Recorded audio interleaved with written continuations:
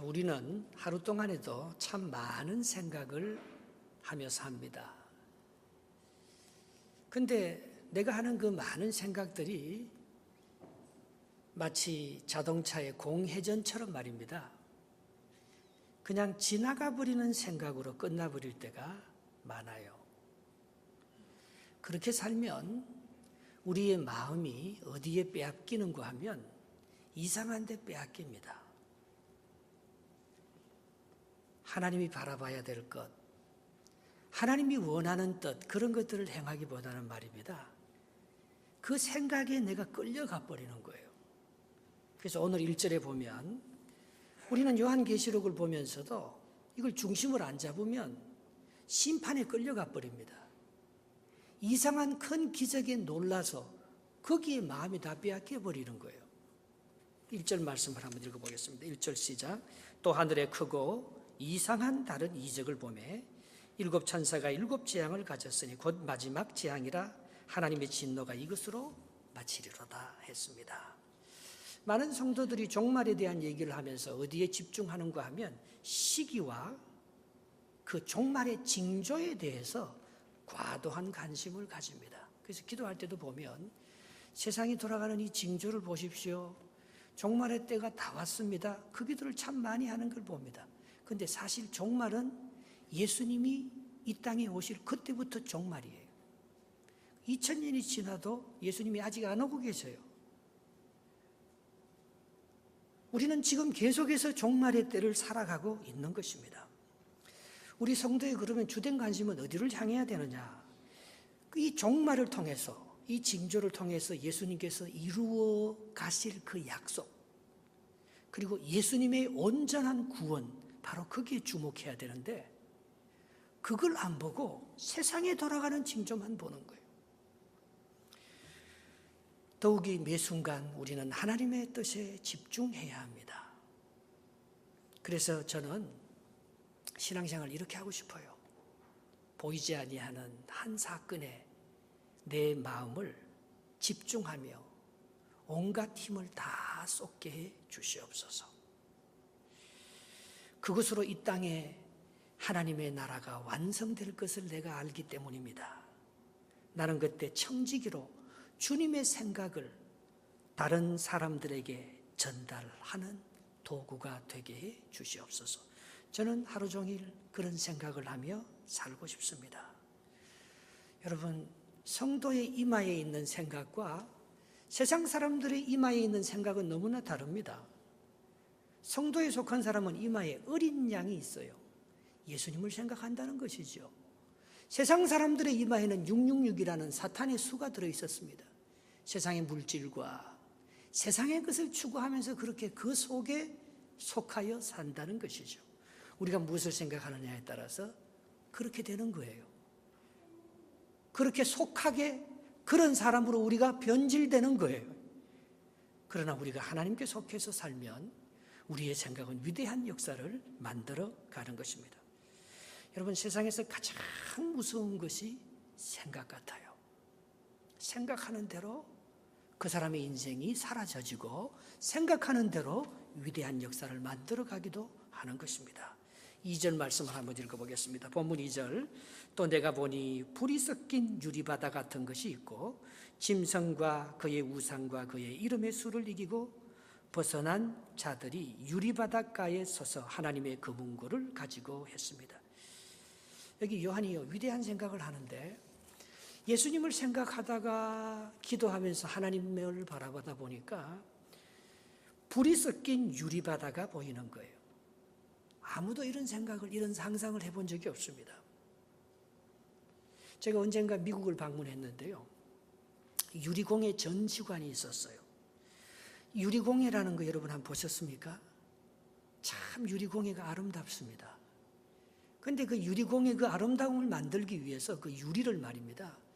1200도의 용광로 속에서 녹입니다. 100도, 200도만 해도 다 죽을 텐데 유리공예는요 1200도라는 엄청난 그 온도에 그 유리를 노리는 거예요. 녹이는 거예요.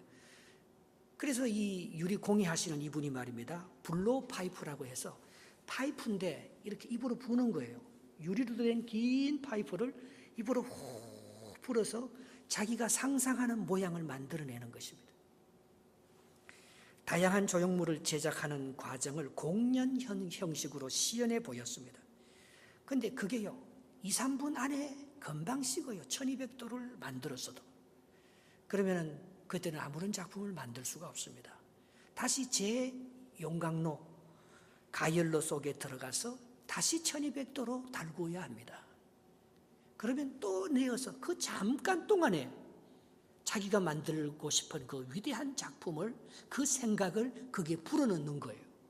그러면 그 아름다운 그 색채와 선무늬가 조화가 되어서 위대한 그런 유리공예 작품이 나오게 되는 것입니다. 여러분, 오늘 이 사도 요한이 마지막 심판을 보면서, 심판을 보는 게 아니고 심판 가운데 나타난 유리바다 가운데 불로 연단한 그런 이 어두운 세상 가운데 그걸 견디고 거기에서 빠져나와서 그 짐승과 우상과 사람의 이름이 있는 666 그 시차, 그 숫자에 얽매여서 살지 아니하고 유리바다 가운데 끝에 서서 오늘 금은고를 가지고 하나님을 찬양하는 모습이 저기에 등장하고 있는 것입니다. 여러분, 우리가 살다 고난을 받잖아요. 그 고난이 우리 인생의 위대한 받침대가 되는 것 같아요. 그 유리가 말입니다, 아무런 어려움이 없으면 그냥 유리 하나로 남아있죠. 그러나 위대한 유리공예의 그 작품을 만들기 위해서는 1200도 되는 그 용광로 속에 하나님께서 우리를 집어넣다가 나오는 거예요. 그게 받침이 되어서 이 불로 입으로 부는 이 유리 막대기, 이게 지렛대가 되어서 말입니다, 위대한 유리공예라는 그 작품이 탄생하게 된다는 것입니다. 저는 이 세상을 움직이는 유일한 지렛대가 있다면 그것은 십자가라고 믿습니다. 여러분, 이 십자가가 세상을 들어올리는 거예요. 이 십자가가 나를 구원하는 거예요. 여러분, 우리의 고난이 말입니다. 그런데 그냥 십자가는 안 돼요. 예수님이 십자가상에서 두 가지 생각을 했습니다. 첫 번째는 원수를 용서해요.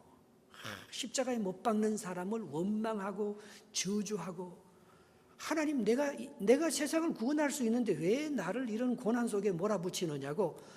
예수님은 얼마든지 죽은 자를 살리고 병든 자를 고치며 이 세상의 정의와 이 세상에 참된 먹을 것을 줄 수 있는 유일한 하나님과 동일한 본질을 가진 하나님이십니다.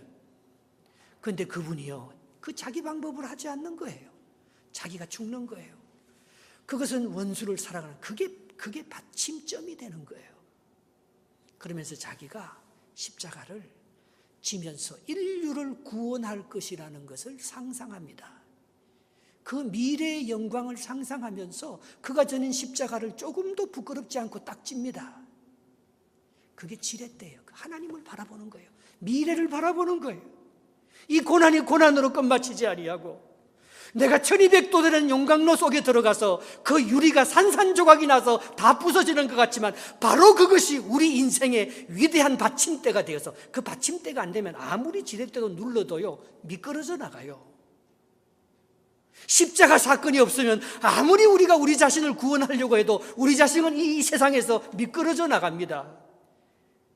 십자가의 지렛대가 우리를 들어올릴 때 세상을 들어올리는 거예요.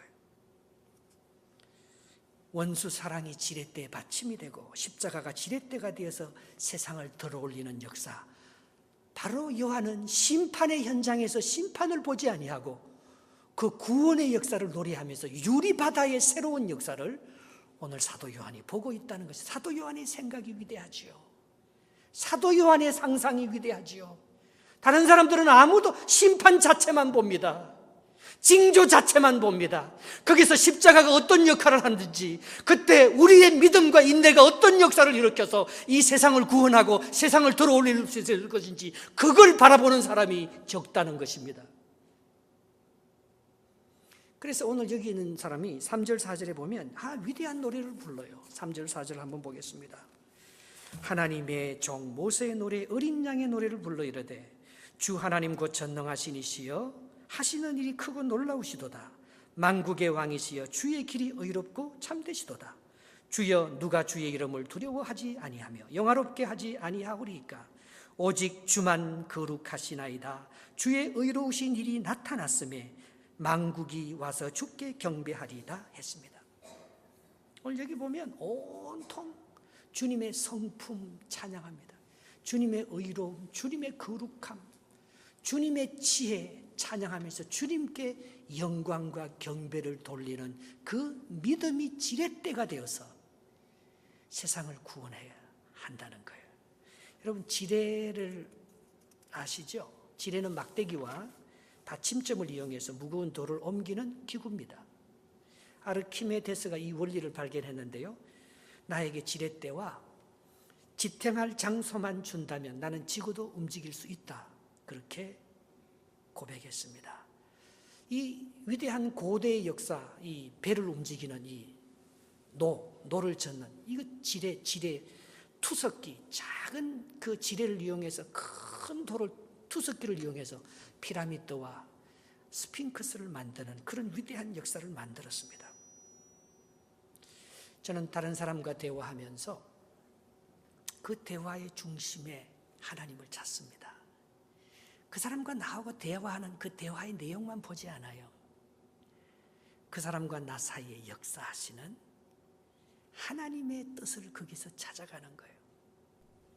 그때 상대 생각 속에는 세상을 움직이는 능력을 발견하게 되는 것입니다.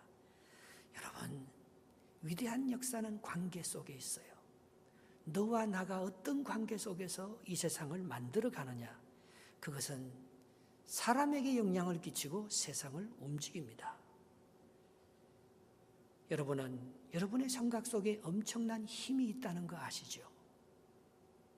여러분은 사람을 죽일 수도 있고 살릴 수도 있습니다. 여러분은 이 세상을 위대하게 만들 수도 있고 이 세상에서 악하게 이용될 수도 있습니다. 단지 그것은 지뢰의 원리에 입각해서 사용되느냐 사용되지 않느냐, 그것뿐이에요.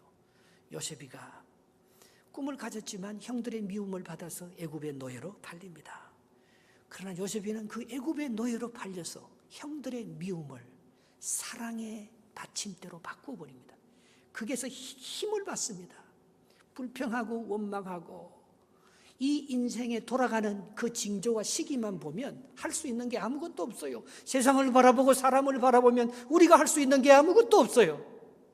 그러나 형들이 나를 팔고 내가 애굽의 노예가 된 그 고난이 요셉에게 있어서는 가장 큰 받침대예요.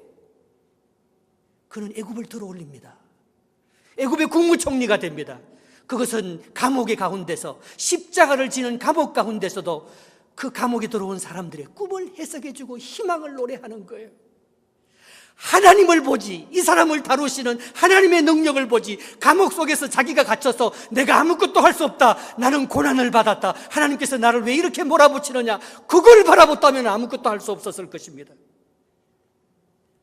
감옥에서 꿈을 꾸며 인내의 지렛대를 사용해서, 십자가를 사용해서 그는 능히 애굽을 들어 올릴 수 있는 지렛대를 가진 사람입니다.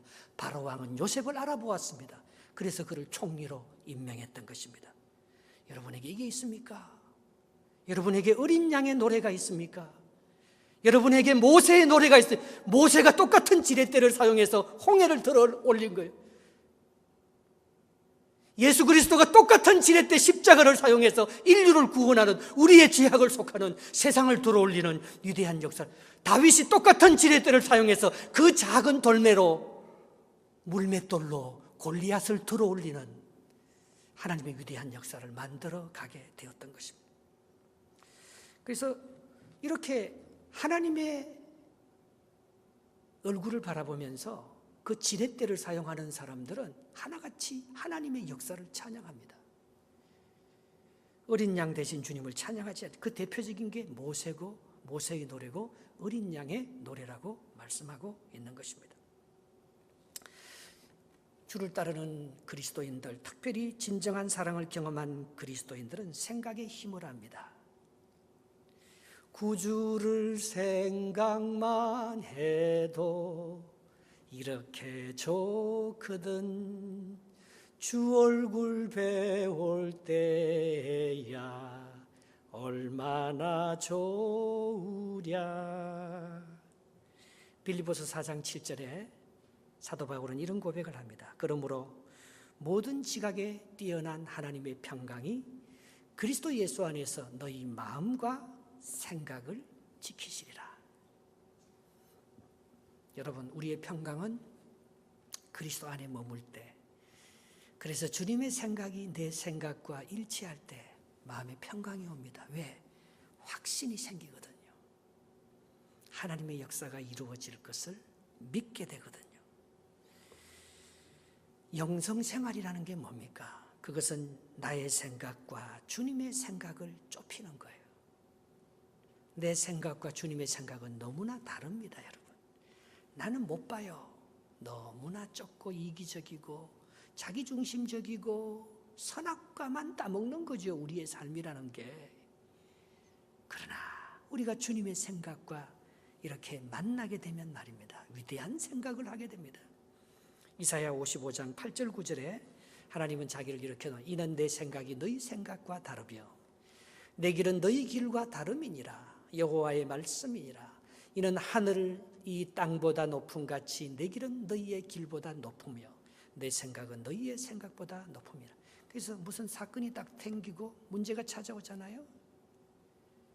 그럼 여러분들은 어떻게 합니까? 하나님, 나는 너무나 약하고 부족해서 하나님의 뜻을 잘 헤아릴 수가 없네요. 내가 이 문제를 어떻게 해결해야 될지 내 힘으로는 도저히 자신이 없네요. 하나님의 생각이 어떤지 알고 싶습니다. 내가 주님의 생각에 내 마음을 맞추고 싶습니다. 내가 나를 내려놓고 싶습니다. 그렇게 기도하는 거예요. 반드시 해결점을 주십니다. 유리바다가 보입니다. 금구를 타고 노래하는 하나님의 도우신 천군 천사의 역사를 오늘 사도 요한은 계속해서 보면서 인류의 미래를 구원적으로 하나님의 약속이 성취되는 쪽으로 이루어져 가는 것을 그가 바라보고 있는 거예요, 지금.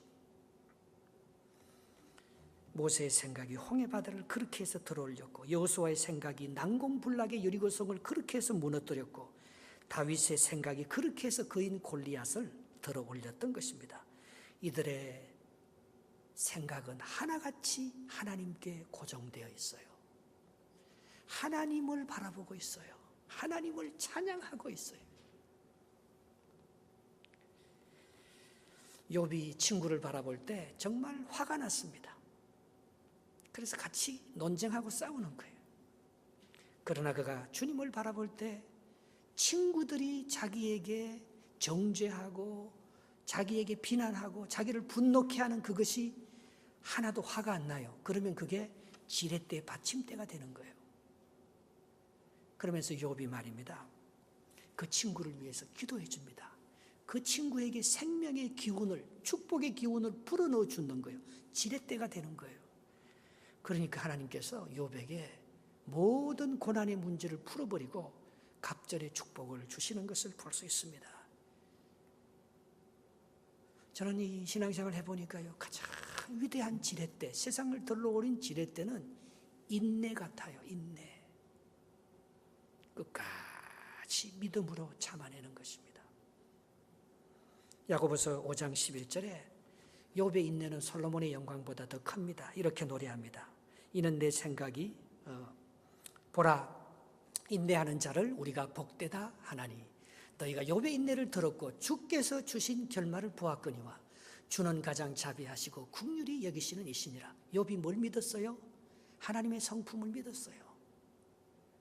하나님은 긍휼이 많으시고 자비하시기 때문에 내가 이대로 주저앉아 있는 것을 허락하지 아니하시고 반드시 좋은 결말을 주실 거라는 거예요. 약속의 성취를 믿었어요. 구원의 완성을 믿었어요. 그의 인내가 세상을 들려오리는 지렛대로 사용되었습니다. 어떤 환자가 굉장히 아팠어요. 그런데 병명이 모르고 자꾸 아프기만 하고 병원에도 가보고 침도 맞아보고 마사지도 받아보고 했지만 낫지가 않는 거예요. 그런데 하루는 한 의사를 찾아갔는데 여러 가지 정신을 쫙 얘기하는데 그 의사가 모든 것을 아주 집중해서 다 듣고 있더니만 당신 디스크입니다. 그렇게 진단해 주는 거예요. 그런데 그 진단을 딱 받았는데 말입니다. 이 사람이 그 진단하는 병명만 알아도 몸이 다 나은 것 같은 거예요. 내가 왜 다리가 땡기고 발이 이렇게 아프고 이 오른쪽이 다 마비가 오고 이렇게 힘드냐? 당신 목 디스크입니다.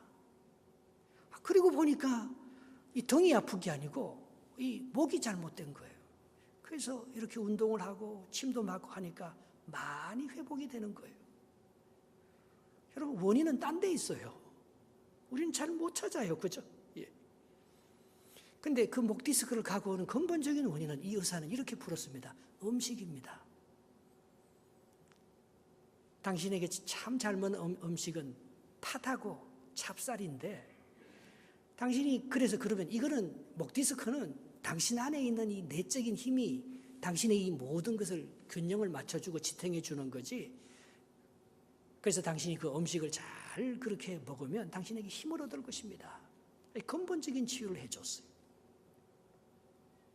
그런데 이 사람이 집에를 딱 갔는데요. 누가 그 집에 팥하고 찹쌀로 만든 음식을 딱 갖다 놓은 거예요. 텔레파시가 딱 통한 거예요. 깜짝 놀랐어요. 하나님의 사랑과 응답이 이런 거구나. 여러분, 사랑하면 말입니다. 그 사람이 뭘 요구하는지 압니다. 그 사람이 뭘 필요로 하는지 다 아는 거예요. 예. 여러분, 여기 우리 교회 지금 내가 설교하고 있잖아요. 이 설교가요, 여기서만 들을 수 있는 게 아니에요. 우리 이제 홍보부 팀들이 잘해갖고요. 라디오 88.0 FM 맞추면요, 어디서나 다 들을 수 있게 해놨어요. 하나님이요, 우리 음성을 다 듣고 계셔요. 내가 맞추면 되는 거예요. 수많은 전파가 보이지 않는 수많은 하나님의 영과 치료의 광선이 많이 떠다니잖아요. 내가 하나님께 맞추면 되는 게 그게 영성생활이에요. 그런데 서로 맞추는 기도하는 사람은요, 그걸 알아요. 서로 그렇게 도와주고 서로 협력하면서 하나님의 위대한 역사를, 지구를 들러올리는 역사를 만들어내는 거예요. 틀림없이 그리스도인들 사이에는 거대한 성령의 교통하심이 있습니다. 내 영혼의 그 깊은 데서 맑은 가락이 울려나네. 하늘 곡조가 언제나 흘러나와 내 영혼을 고이 싸네. 같이 합시다. 평화 평화로다. 하늘 위에서 내려오네. 그 사랑의 물결이 영원토록 내 영혼을 덮으소서. 결국 오늘 요한이 본 환상의 핵심은 5절입니다. 요한이 이걸 보는 거예요. 여러분, 이걸 보실 수 있길 바랍니다. 5절 말씀 한번 읽어보겠습니다. 시작. 또 2일 후에 내가 보니 하늘의 정거 장막에 성전이 열리며. 이건 구약이에요. 그 앞에 요한계시록 11장 19절에 보면 동일한 말씀이 이렇게 기록되어 있습니다. 요한계시록 11장 19절에 이에 하늘에 있는 하나님의 성전이 열리니. 요한이 지금 보는 거예요. 성전 안에 하나님의 언약궤가 보이고 또 번개와 음성과 우레와 지진과 큰 우박이 있더라. 구약이 다 쓸데없는 줄 알았는데 하나님의 성전이 보이고 그 안에 법궤, 하나님의 정거 장막이 보이는 거예요. 그 뭘 가리키는 거예요? 하나님의 임재. 오늘 요한이요, 하나님을 보고 있는 거예요. 성전을 보고 있는 거예요. 성전을. 언약궤가 들어있는 성막을 보고 있는 것입니다. 이렇게 하니까 심판이 너무 작게 보이는 거예요. 세상이 너무 작게 보이는 거예요. 문제가 너무 작게 보이는 거예요. 하나님의 손 안에서 다 다루어지는 거예요. 오늘 등장하는 것이 7 대접의 재앙입니다. 이게 마지막 재앙입니다. 이제 7 인을 떼고 7 나팔의 재앙, 마지막 7 대접, 이제 이 마지막 재앙이에요. 그런데 이 마지막 재앙에 인류의 3분의 1이 죽고 엄청난 많은 사람들이 심판을 받는데 그거 보니까 그게 하나님의 정거장막에서 나오는 거예요. 그게 다 7 천사의 하나님의 손 안에서 움직여지는 거예요. 우리의 모든 심판과 저주도 하나님이 7 천사의 손에 맡겼다는 것을 그가 보게 되는 것입니다. 6절 말씀 한번 읽어보겠습니다. 6절 시작. 7 재앙을 가진 7 천사가 성전으로부터 나와서 맑고 빛난 세마포 옷을 입고 가슴에 금띠를 띠고 등장하는 모습을 볼 수 있습니다. 여러분, 욥이 모든 것을 잃었습니까? 아니요. 욥이 모든 것을 그 잃은 것 때문에 하나님을 얻는 거예요. 그러면 모든 것을 더 가지는 거예요. 욥이 모든 것을 읽고 욥기 1장 21절에 이런 고백을 합니다. 이르시되 내가 모태에서 알몸으로 나와 싸운즉 또한 알몸이 그리로 들어가올지라. 주신 이도 여호와시요 거두신 이도 여호와시니 여호와의 이름이 찬송을 받으실 것이라. 그렇게 고백했습니다. 여러분, 내 것도 하나님 거고 아무것도 없어도 다 하나님 거 아닙니까? 갈 때 가져가는 것도 없고 올 때 가지고 온 것도 없는데 욥이요, 그게 받침이 되는 거예요. 가졌을 때 하나님 찬양하는 거, 그게 무슨 큰 힘이 되겠습니까? 그러나 모든 것을 잃었어도 욥은 하나님께서 모든 걸 하셨다고 그걸 받침대로 착 삼는 걸 볼 수 있습니다. 여러분, 우리의 가장 약한 모습 속에서 가장 위대한 것이 보여지기를 주님의 이름으로 축복합니다. 아무것도 없는 속에서도 하나님께서 모든 것을 가지심을 믿고 오늘 욥처럼 하나님을 찬양할 수 있는 여러분의 입술이 되기를 주님의 이름으로 축복합니다. 야곱이요, 형을 속이고 형이 자기를 죽일까 봐 두려워하면서 20년을 살았어요.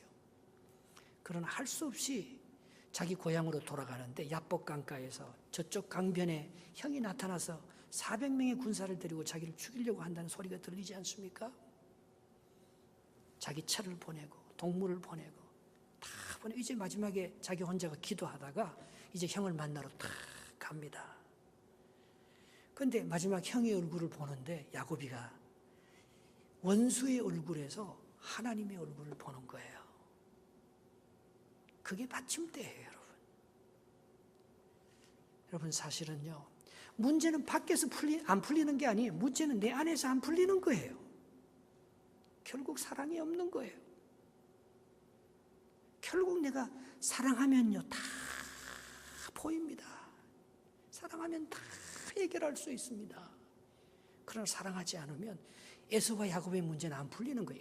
에서가 변한 게 아니에요. 에서는 여전히 에서예요. 야곱이 성령의 사람이 된 거죠. 야곱이 성전이 보이는 거죠. 에서의 모습 속에서 성전이 보이는 거예요. 에서의 모습 속에서 하나님의 형상이 보이는 거예요.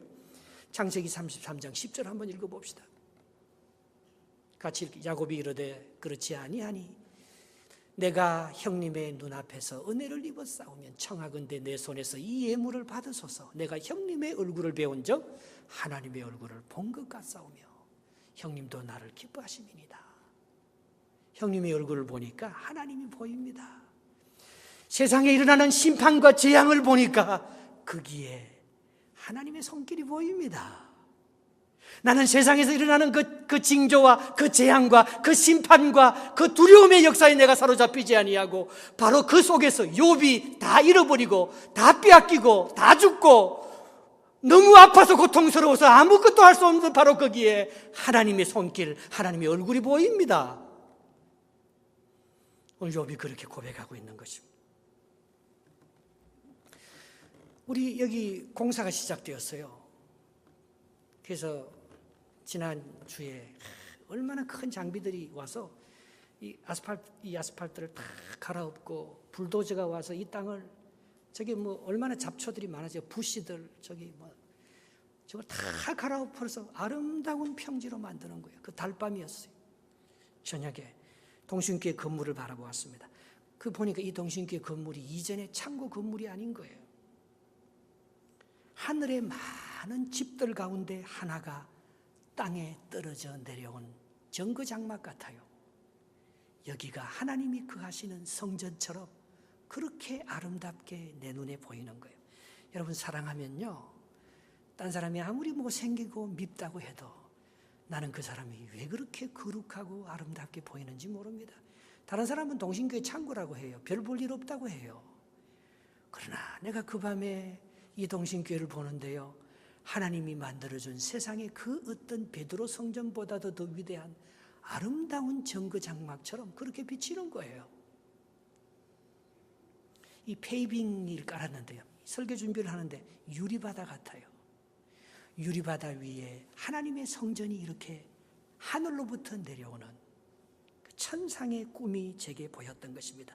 마치 모세가 시내산에서 출애굽기에 보면 24장 이후로 정거장막이 하늘에서 내려와서 하나님께서 모세에게 앞으로 모세가 광야 생활을 하면서 지내야 될 모든 영적인 보고 성막의 그림을 다 그려줍니다. 얼마나 정확하게 그려주는지 몰라요. 가로는 몇 센치, 세로는 몇 센치, 높이는 몇 센치, 그 안에 뭐가 들어가고, 그거는 어떤 의미를 상징하면서 내가 너와 함께 하겠다는 거잖아요. 내가 너의 교회를 축복해 주겠다는 거잖아요. 야, 이 교회를, 이 페이빙을 하나님이 하시는구나. 이는 강압적으로 건설된 화려한 솔로몬의 성전하고는 비교도 할 수 없을 것입니다. 달밤의 꿈처럼 조화롭고 아름다운 하나님의 완전한 성막, 정거장막이, 내면의 성전이 하나님께서 이 동신교회 안에 지어주고 있구나. 난 너무 기뻤어요. 고린도전서 3장 16절에 이렇게 말합니다. 너희가 하나님의 성전인 것과 하나님의 성령이 너희 안에 계시는 것을 알지 못하느냐 했습니다. 그러므로 우리는 사랑하는 마음으로 형제를 바라봐야 합니다. 그러므로 우리는 모든 환난과 질병을, 모든 심판과 재앙을요, 하나님의 마음으로 바라봐야 합니다. 그건 약속의 성취고 구원의 완성이지 심판 자체가 아니에요. 욥에게 임하는 그 모든 저주는 고난이 아닙니다. 하나님의 증거예요. 그게 하나님의 증거예요. 욥이 모든 것을 잃어버린 게 하나님의 증거예요. 그걸 믿으면 지렛대의 받침대가 되는 것입니다. 하나님의 위대한 계획은 사랑하는 마음 속에만 들어갑니다. 하나님의 위대한 역사는 믿음과 인내의 눈으로 바라보는 사람에게만 이 심판이 축복으로 보이는 거예요.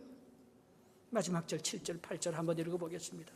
7절 8절입니다. 내 생물 중에 하나가 영원토록 살아계신 하나님의 진노를 가득히 담은 금대접 7을 그 7 천사들에게 주니 하나님의 영광과 능력으로 말미암아 성전에 연기가 가득하매 7 천사의 7 재앙이 마치기까지는 성전에 능히 들어갈 자가 없었더라. 하나님의 영광과 능력이 가득해요, 위에는. 그러나 밑에는 재앙이고 심판이고 진노예요. 그러나 위에는 하나님의 성전. 그러나 여 밑에를 보는 사람은 여기 못 들어가는 거예요. 그 역사를 못 보는 거예요. 이마에 짐승의 표를 받고 세상과 더불어 짝하는 사람은 심판을 피할 수 없다. 능히 그게 들어가지 못한다. 그렇게 말하고 있습니다. 여러분, 우리가 갖고 있는 능력이나 부나 건강이라는 것은요, 너무나 미약합니다. 이거는 마지막 심판을 견뎌내지 못해요. 그러나 믿음을 지키며 고난 가운데 인내하면서 주를 바라보는 사람, 그날은 역전의 날이 되고 하나님의 영광의 임재의 날이 될 것입니다. 그 증거가 연기가 가득하다 했잖아요. 그것은 하나님의 임재가 가득, 시내산에서 정거장막을 받을 때 하나님께서 그 그림을 그려줄 때에, 모세가 십계명을 받을 때 하나님께서 나타나서 말씀하실 때에 연기가 자욱했습니다. 출애굽기 19장 18절 같이 한번 읽어보겠습니다. 출애굽기 19장 18절 시내산에 연기가 자욱하니 여호와께서 불 가운데서 거기 강림하심이라. 그 연기가 옹기가마 연기같이 떠오르고 온 산이 크게 진동하며 했습니다. 저는요, 기도하면요, 참 하나님의 응답이 올 때요, 내게요, 참 이상한 냄새가 나요.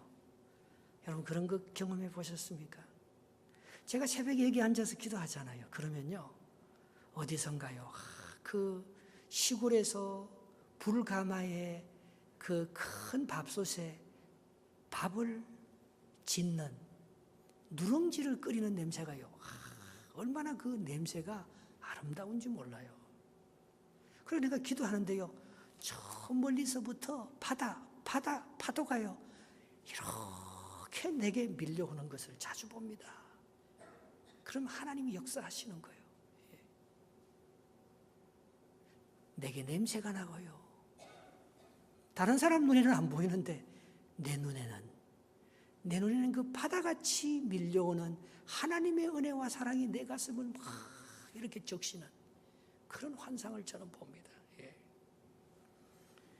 영광의 광채에 쌓이는 것. 만약에 그런 것들이 없으면 내 신앙이 힘을 잃지요. 오늘 요한이 심판과 재앙의 역사가 가득한 가운데서도 성전을 보는 거예요. 하늘에서 내려오는 그 영광의 광채와 은혜로 가득 찬 그 성전을 보면서 이 땅에 내려오는 그 저주가 다 그 성전의 역사 속에서 이루어지는 것을 보면서 그것을 두려워하지 않는 거예요. 그것이 그의 인생의 받침대가 되는 거예요. 그래서 이 세상을 들어올리는 놀라운 역사를 오늘 만들어내는 것입니다. 이것이 제가 집중하고 또 모든 대화와 인생의 삶 가운데서 내가 아름다운 한 사연에 집중한다는 것이 바로 그거예요. 그것은 예수님이 진 십자가요, 모세가 가른 홍해바다요, 여호수아가 갈라놓은 여리고성이요, 다윗이 던져서 멸망시킨 골리앗 같은 그런 세력을 넉넉히 들어올리는 그 지렛대 같은 역사, 그것은 내가 하나님을 바라보면서 하나님의 역사, 하나님의 섭리를 내가 바라보면서 믿음으로 주를 의지할 때 주께서 이 세상에 일어나는 모든 것들이 너무나 작게 보일 때 나도 세상을 들어올리는 그런 역사에 동참하게 되는 것입니다. 난 그걸 보여주기 위해서 삽니다. 여러분은 무슨 맛을 가지고 삽니까? 돈을 벌어도, 여러분이 하고 싶은 위대한 일을 해도 그 모든 것이 하나님의 역사인 것을 믿고 믿음의 지렛대를 이용하여서 이 세상을 능히 들어올리는 하나님의 역사를 찬양하고 영광 가운데 임하는 주님 어린 양을 노래하는 여러분 말세의 성도로서 그렇게 살아가시기를 주님의 이름으로 축복합니다.